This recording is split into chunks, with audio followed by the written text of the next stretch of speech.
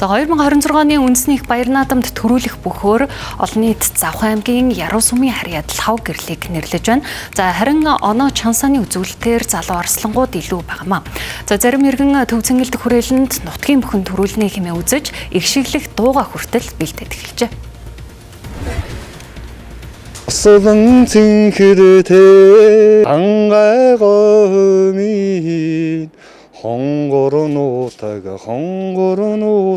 минь хосоги чамда хайртай мөнх цастай алтэн суугаас мерэлзэн урсах боянтмен хангай пүрсаха батулзий баяр жавхлаа төмөр цоожоо та нарыг харж байгаа шүү. За баярлалаа. Орой мэдрэг үзэгчтэй. За 2026 оны улсын баяр наадам эхлэхэд ердөө 20 гаруй хоног үлдээд байна. За энэ 20 гаруй хоногийн хугацаанд бол за бүх сонирхогчдын дунд за хэн төрүүлэх вэ гэдэг ийм асуулт үргэлж бас нандин хэвээрээ байдаг.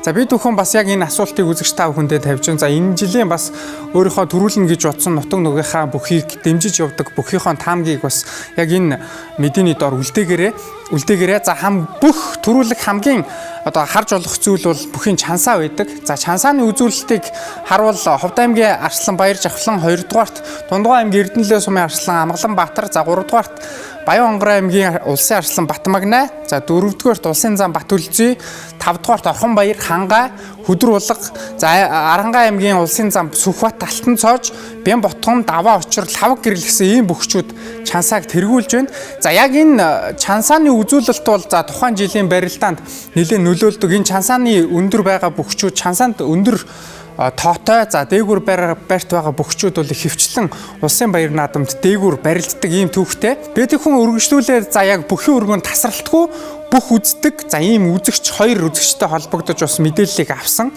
За тухайн хоёр үзэгчд бол энэ жилийн хугацаанд яг энэ жилд болсон бүхэл барилдааныг үзээд анализ прогноз хийсэн ийм үзэгчид байгаа. За тэгэхээр яг энэ хоёр үзэгчийнхаа яриаг бүх сонирхогчийнхоо яриаг хүлээн авчаад иргэд уулзцгаая. За энэ жил буюу 2026 он гэдэг бол их онцлогтой наадам болж байгаа маа. Одоогоос яг 100 жилийн өмнө буюу 1926 онд Сайн Новын аймгийн Далайчанхур бангийн өшөө буюу Өнөөгийн Арангай аймгийн Захир сумын харьяат Бууржи аймгийн аваргын улсад аг төрүүлсний 100 жилийн яваад тохиож байна. Одоо Хөвсгөл аймгийн Цагаан Үүр сумын харьяат Уулган голын дунд аварга болох Дамдаа аваргын анх удаага улсад төрүүлсний 70 жилийн яваад тохиож байна. За тэгээд Даяад Далайзын Дархан аварга жигждийн мөнх тагсны Дархан аварга солон үүсэж 60 жилийн яваад тохиож байна. Улсын аварга Хадбаатарын аварга солон үүсэж 40 жилийн яваад тохиож байна. За мөн 1996 онд би одоогоос 30 жилийн өмнө Бат Эрдэнэ аварга мөнх Эрдэнэ арслан нэрийн тасралтгүй 4 цаг барилсад 30 жилийн яваад тохиож байна. Гэх мэтлэн гэрийг маш их онцлогтой үйлдэлүүд болж байгаа юм. За одоо тэгээд үндэсний бүхч аяат үндэсний мэрэгжлийн түвшинд хүрчлээ шүү дээ. Одоо сумын начнаас ахуулаад Дархан аварга хүртэл яг ижлэн бэлтгэл хийдэг болсон.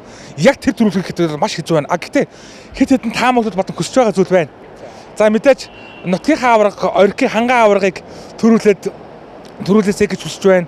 За мэдээж Батмагнай Арслан бол дээгүүр барилдах бах, Орхон Баярч бас дээгүүр барилдах бах. Лав гэрэл бол маш тун сайн дээгүүр барилдах бах. Ер нь бол захны лав гэрэл бол тун хайхтар байгаа төр үзүүд яригдэн шүү. За тэгээ мэдээж Бян Ботгон Арслан байна. За тэгээ Арангай Сүхбат цааныг мартаж болохгүй. За прогноз харна гэдэг бол яг энэ цагт бол бас их хатуу хэцүү. Мэдээж одоо бүхэн барилдааныг алгасахгүй үздэг хүнийхээ хувьд бол одоо мэдээж одоо энэ жилийн барилдаан дээр чансаа гараад тэргүүлж байгаа. Бүхчүүдээ мэдээж дуурсан. Төрөө бүхийн тухайд хувьд ярих юм бол нэг дөрвөн бүхэл ярмаар байна. Ер нь. За дөрвөн бүхсүүр шууд нэрлэж өгч байна. Орхон Баяр, Батмагнай. Тэгэл Хав гэрэл. Ацар авралчтай билүү. Тэ.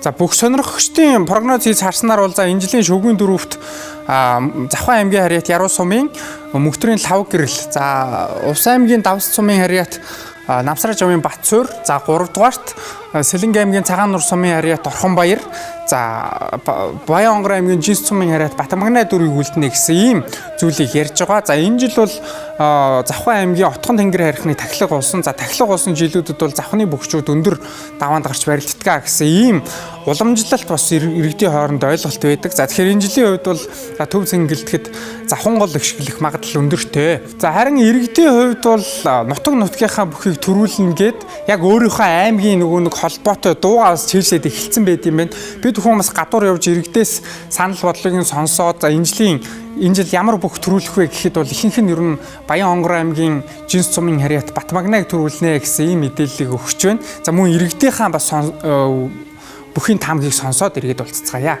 Баян-Онгорын Аслан Батмагнай маань энэ жилдээ дахиад нэг сайхан төрүүлчүүл гэж бодож байна. Батцэг төрөөслөөс гэж их боддоо шүү дээ.